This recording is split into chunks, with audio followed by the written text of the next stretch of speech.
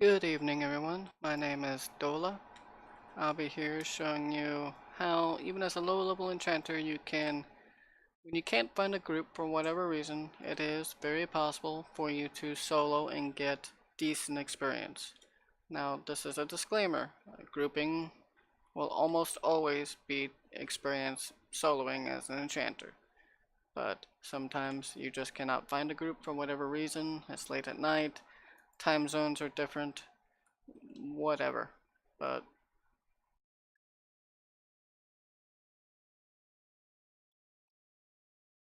just for whatever reason, you can't. So, one thing I'm going to show you first, as far as soloing goes, is how to do kind of what necros do. It's going to be root rotting. So, here, I'm going to go ahead and wait for him to catch up, get into root distance. I'm going to go ahead and load a nuke just to be safe. And then I'm going to go ahead and hit him with the first damage over time spell. And you can see he's a yellow con. He's level 27. I'm level 26 here in Marasiru on the Coirnav server. So now I just keep a close eye on the duration I have left on my damage over time spell Suffocate, and also on my root spell Instill. So whenever these both get to their last tick, I will always at that point refresh them. Just tries to give them as much chance to do damage and save mana as possible. So I have about one more tick of damage. I like waiting until it gets to about 4 seconds. So now I can go ahead and cast the damage over time spell again. And as you can see, there's no interruption in the damage over time now. And then I just have to keep an eye on the root spell.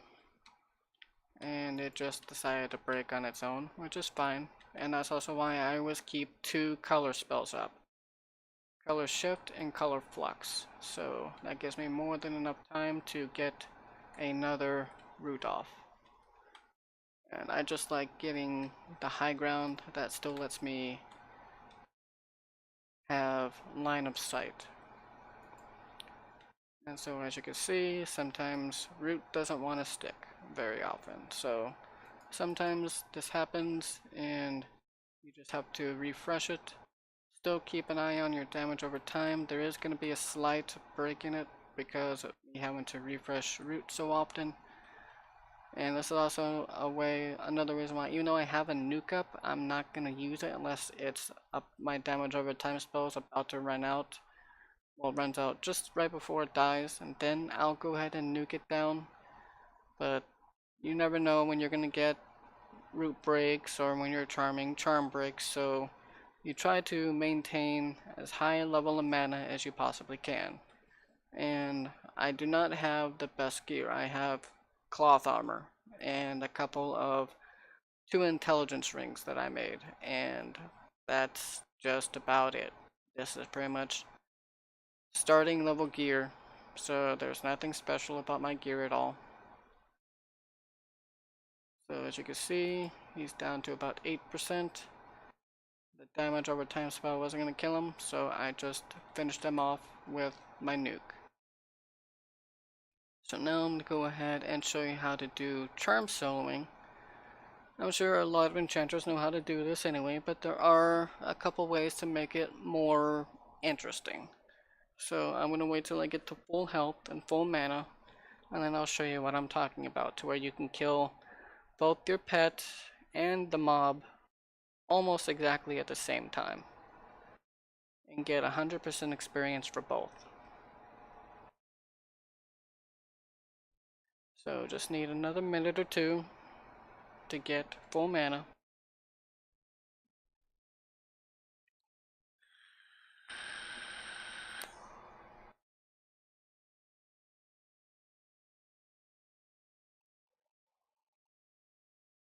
And also, you don't even need a whole lot of high level buffs for this. I happen to have some Spirit of Wolf and a symbol from a cleric that we were grouping with last night.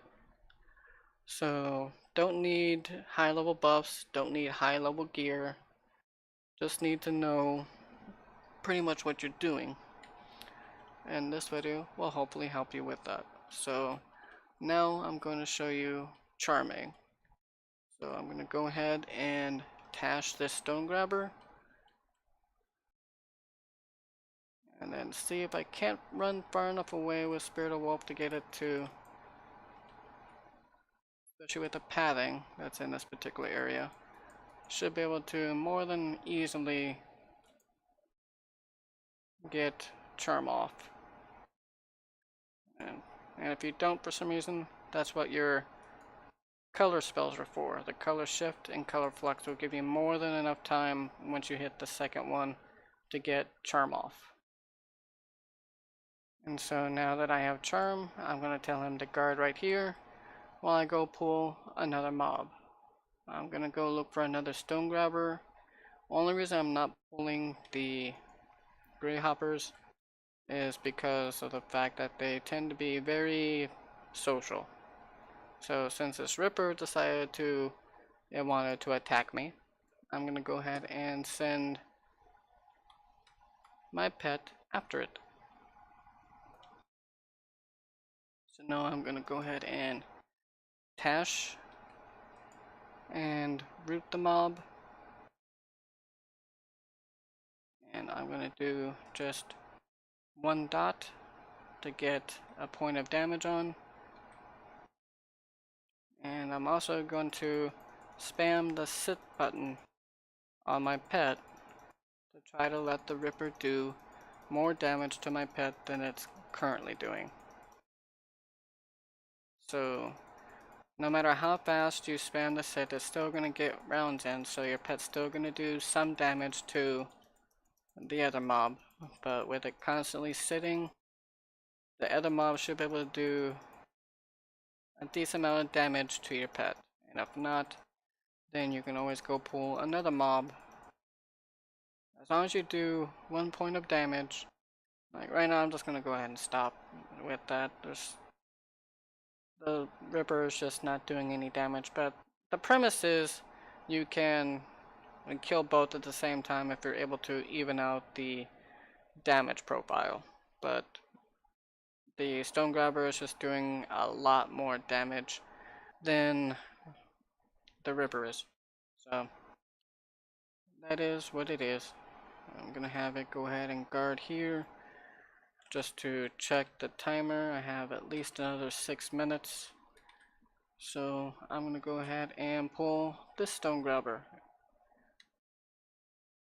And yes, I know that my pet right now is at 36% health. I'm perfectly aware of that, and that's fine. Because not only that, I can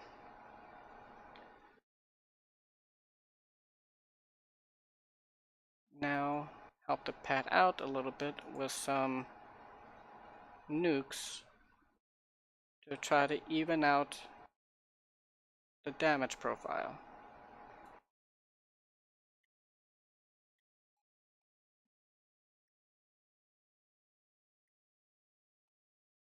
And see, so in this particular case, I'm gonna go ahead and just root my ex-pet. And then I'm going to take this guy, root him also, and see how much time is left. So yeah, not enough, so I'm gonna go ahead and nuke him down also. So I got full 100% experience for that. And then I'm gonna cast the damage over time spell on my ex-pet. So now the damage over time will kill him, and I'll get full experience for that.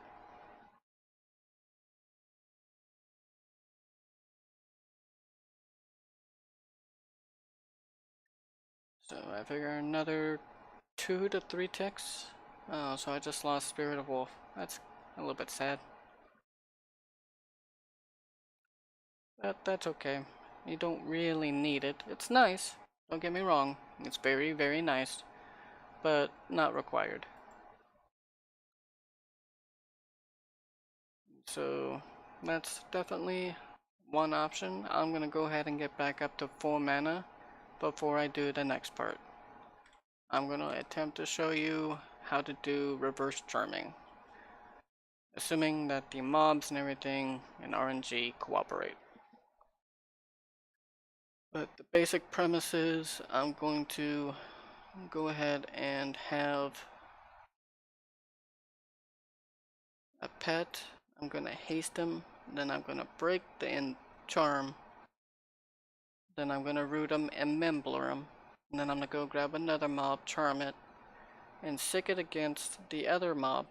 And with it being hasted and my pet not being hasted, the other mob should do a lot of damage to my pet, and then right before my pet dies, I'll break charm, kill my pet, and membler the other mob.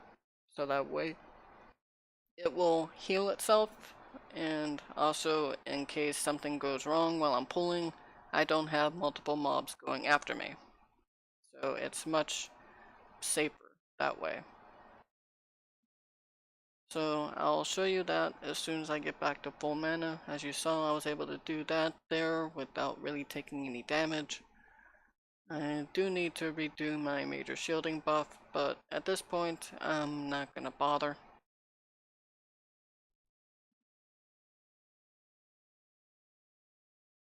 So it's at 77%, 80, and once I get back up to 100, I'll go and searching for another mob, so I can get him hasted and get him going.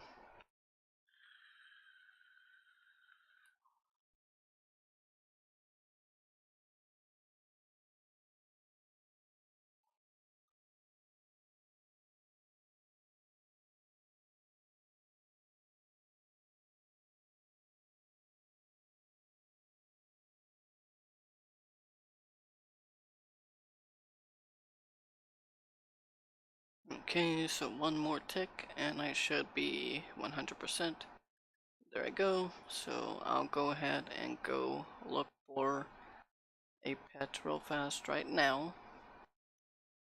Hopefully a stone grabber if I can manage it, just because they're fairly easy to contain, and especially since the pathing in this part of the zone makes it kind of humorous. So just have to try to find one.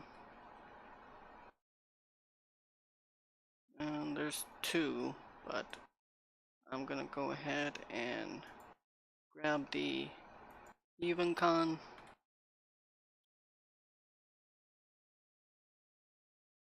And I'm gonna go ahead and take it up here. Wait for it to get to me. Use my color flux, color shift, charm it.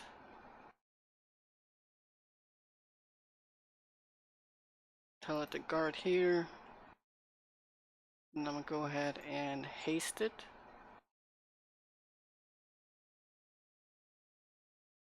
And so now I'm gonna go ahead and mem invisibility.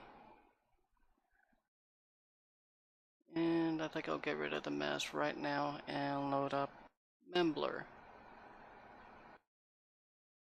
So right now what I'm gonna do is I'm gonna get as far away from the mob as I can. Gonna get a little bit of mana back just to be safe,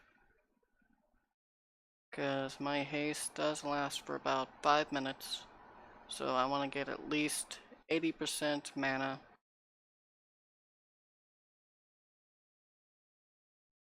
Okay, so now I'll go ahead and break my charm. There it goes. I'll go ahead and root him, and now I'll go ahead and membler him. That way he isn't ticked at me.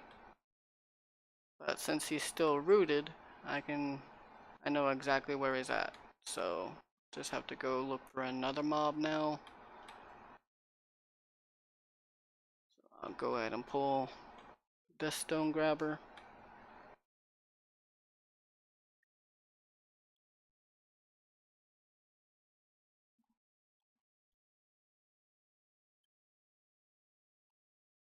I'm gonna try to get away from any extra ads. So that's all I'm trying to do right now, is make it to where that other stone grabber didn't add. So I'll go ahead and charm this guy now. And him, I'm not gonna haste. Him, I'm gonna have him attack the other mob. And I'm just gonna sit here and watch. So as you can see here, my pet's HP is dropping pretty quickly.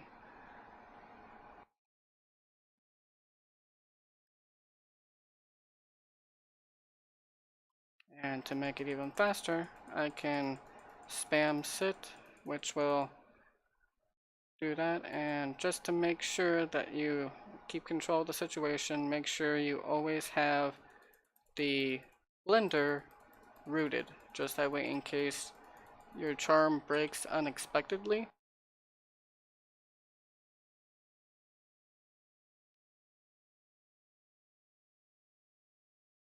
Like him, I'm gonna root also, just because that way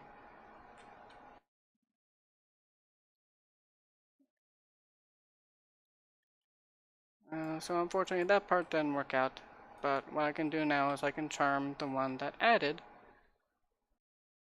and have it attack the other one. So since it's still hasted, still rooted, it's still gonna kill my pet. And I don't really have to worry about the other mob dying, because it's gonna do so much more damage quicker than my pet can do to it.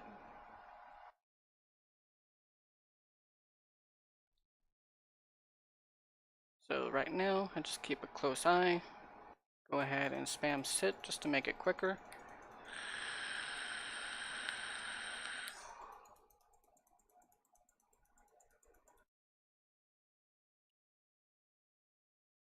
And like I said there, I can see that root on the other mob is about to wear off.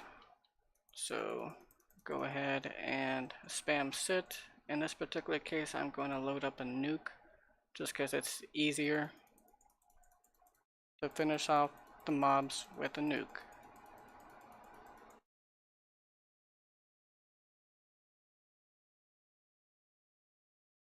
So just keep spamming sit. Right now my pet's at 43%, 40. The other mob's only at 53.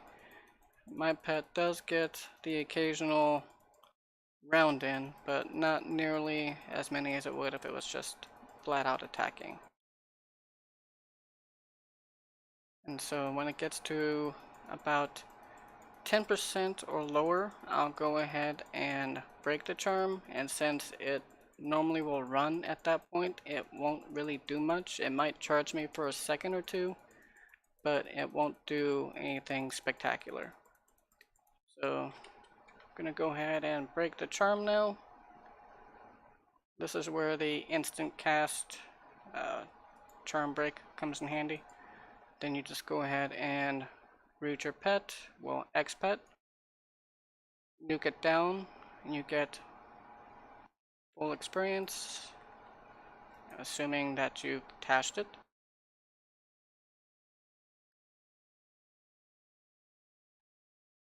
And then for the other mob, to rinse and repeat, you simply membler.